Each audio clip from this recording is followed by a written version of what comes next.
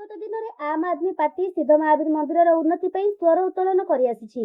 କାର୍ଯ୍ୟନିର୍ବାହୀ ଅଧିକାରୀ ବିଜୟ କୁମାର ଜେନାଙ୍କ ନାମରେ ଦେବୋତ୍ତର ବିଭାଗରେ ଅଭିଯୋଗ ମଧ୍ୟ ଦିଆଯାଇଛି, କିନ୍ତୁ ଆଜି ଯାଏଁ କୌଣସି କାର୍ଯ୍ୟାନୁଷ୍ଠାନ ନିଆଯାଇ ନାହିଁ। ଆଜି ବିଜୁଳି ସମ୍ବନ୍ଧୀୟ ଖୁଲାସା ଆମ୍ ଆଦମୀ ପାର୍ଟି ଦ୍ୱାରା ଖୁଲାସା କରାଯାଉଛି। ଆଜି ଦିନରେ ସିଦ୍ଧ ମହାବୀରଙ୍କ 4,06,664 ଟଙ୍କାର ବିଜୁଳି ବିଲ୍ ବାକି କାହିଁକି ଅଛି? ବିଲ୍ ତାର ବାକି ରହେ ଯାହାର ଟଙ୍କା ନଥାଏ। ପ୍ରତ୍ୟେକ ଦିନ ମହାବୀରଙ୍କ ଆୟ ଅଛି।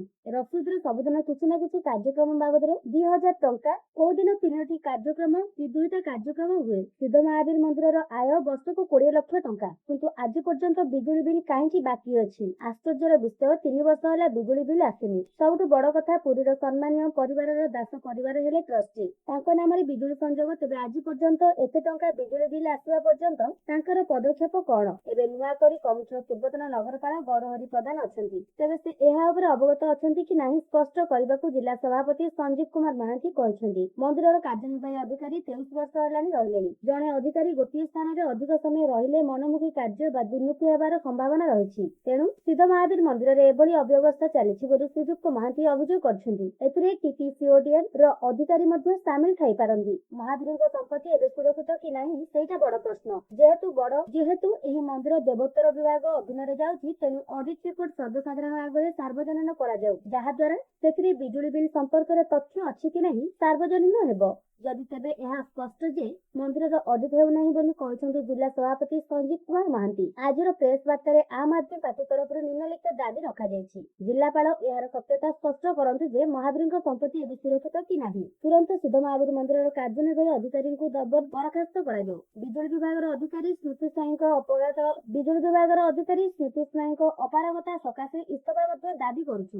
ବିଜୁଳି ବିଭାଗର କୋଉ ଅଧିକାରୀ ଏଥିରେ ସାମିଲ ଅଛନ୍ତି ତାକୁ ଖୋଜି ଦଣ୍ଡିତ କରାଯାଉ। ଯଦି ଏହା ଉପରେ ସ୍ପଷ୍ଟତା ନ କରାଯାଏ, ତେବେ ରାଜଧାନୀରେ ଆପ୍ ବାଧ୍ୟ ହୋଇ ଦେବୋତ୍ତର ବିଭାଗ କାର୍ଯ୍ୟାଳୟ ଘେରାଉ କରିବ। ଆଜିର ପ୍ରେସ୍ କନଫରେନ୍ସରେ ଜିଲ୍ଲା ସଭାପତି ସଞ୍ଜୀବ କୁମାର ମହାନ୍ତି, ବୁଲୁ ଦାସ, ଅନିଲ କୁମାର ଜେନା ଏବଂ ଲକ୍ଷ୍ମଣ ବେହେରା ପ୍ରମୁଖ ସିଦ୍ଧ ମହାବୀର ମନ୍ଦିରର ସମ୍ପର୍କରେ ଆଜି ଏକ ଦୁର୍ନୀତିର ଆମେ ଖୁଲାସା କରୁଛୁ। ସିଦ୍ଧ ମହାବୀର ମନ୍ଦିର ପୁରୀ ପାଇଁକା ସ୍ୱତନ୍ତ୍ର ଭାବରେ ଗୋଟେ ତାର ସ୍ୱତନ୍ତ୍ର ସ୍ଥାନ ରହିଛି, ଧାର୍ମିକ ହିସାବରେ ଓ ଆର୍ଥିକ ହିସାବରେ। ଆର୍ଥିକ ହିସାବରେ କଣ ନା, ବହୁତ ସମୟରେ ବିଭିନ୍ନ ସମୟରେ ସରକାର ଅନେକ ଗୁଡ଼ିଏ ଉନ୍ନତିମୂଳକ କାର୍ଯ୍ୟ ପାଇଁକା ପଇସା ପତ୍ର ଦେଇଥାନ୍ତି। ଆମେ ଏପର୍ଯ୍ୟନ୍ତ ଏତେ ସବୁ ଟଙ୍କା ପାଇବା ପରେ ମଧ୍ୟ ସିଦ୍ଧ ମହାବୀର ମନ୍ଦିରର ଉନ୍ନତି ହେଇପାରିଲା ନାହିଁ। ଆମେ ତାର କୋଲତାର କଲୁ, ପୂର୍ବ ସମୟରେ ଦେଖିଥିଲୁ, ଅଭିଯୋଗ ମଧ୍ୟ କରିଥିଲୁ ଯେ ଏକ୍ଜିକ୍ୟୁଟିଭ ଅଫିସର କ୍ୟାପେବୁଲ ନୁହନ୍ତି, ତା ଦେହରେ ବହୁତ ଗୁଡେ ଅନିୟମିତତା ହଉଛି। କିନ୍ତୁ ତା ଉପରେ ଆଜି ଆଉ ଗୋଟେ ଖୁଲାସା କରୁଛୁ। ସିଦ୍ଧ ମହାବୀର ମନ୍ଦିର ଉପରେ ବର୍ତ୍ତମାନ 4,08,000 ଟଙ୍କାର ଋଣ, ଖାଲି ବିଜୁଳି ବିଭାଗର ଋଣ। ୟା ଦେହରେ ସବୁଠୁ ଗୋଟେ ବହୁତ ବଡ ବିଷୟ ହେଲା, 3 ବର୍ଷ ହେଲାଣି ଆଜ୍ଞା ବିଲ୍ ଜେନେରେଟ ହେଉନାହିଁ। 3 ବର୍ଷ ହେଲାଣି ବିଲ୍ ଜେନେରେଟ ହଉନି ନାହିଁ ମାନେ ବିଜୁଳି ବିଭାଗର ଯୋଉ କର୍ମଚାରୀ ଅଛନ୍ତି ସେମାନେ ନିଶ୍ଚିତ ଭାବରେ ଏଥିରେ ହେରଫେର କରୁଛନ୍ତି। ହାତକୁ ହାତ ଗୁଞ୍ଜା ଦେଇକି ସେମାନେ ଲୁଚେଇକି ରଖିଛନ୍ତି। ଆଉ ଏହାର ବଡ କଥା ହେଲା, ସିଦ୍ଧ ମହାବୀର ଉପରେ ଋଣ କାହିଁକି ରହିବ?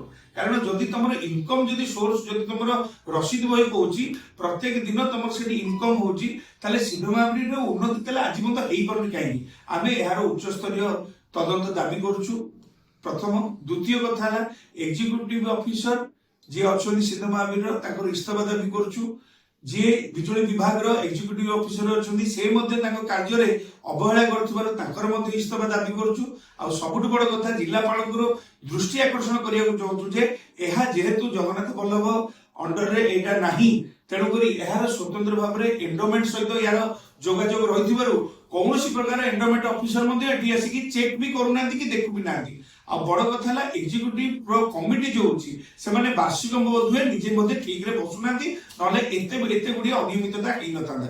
ତେଣୁକରି ଅନୁରୋଧ କରୁଛୁ, ଜିଲ୍ଲାପାଳ ଏହାକୁ ନିଶ୍ଚିତ ଭାବରେ ଏହାକୁ ସଜାଡି ଦେବେ। ଯଦି ଏହା ଉପରେ କୌଣସି ପ୍ରକାର ତଥ୍ୟ ଯଦି ନ ମିଳିବ, ଯଦି ଆମକୁ ୟାର ଯଦି କ୍ଲାରିଟି ନ ଦେବ, ସିଦ୍ଧ ମହାବୀରଙ୍କ ମୁଣ୍ଡ ଉପରେ ଥିବା ଋଣକୁ ଯଦି ନ ସୁଝାଯିବ, ତାହେଲେ ଆଗାମୀ ଦିନରେ ଭୁବନେଶ୍ୱରରେ ଥିବା ଦେବୋତ୍ତର ବିଭାଗ ଅଫିସକୁ ଆମ୍ ଆଦମୀ ପାର୍ଟି ଘେରାଉ କରିବ।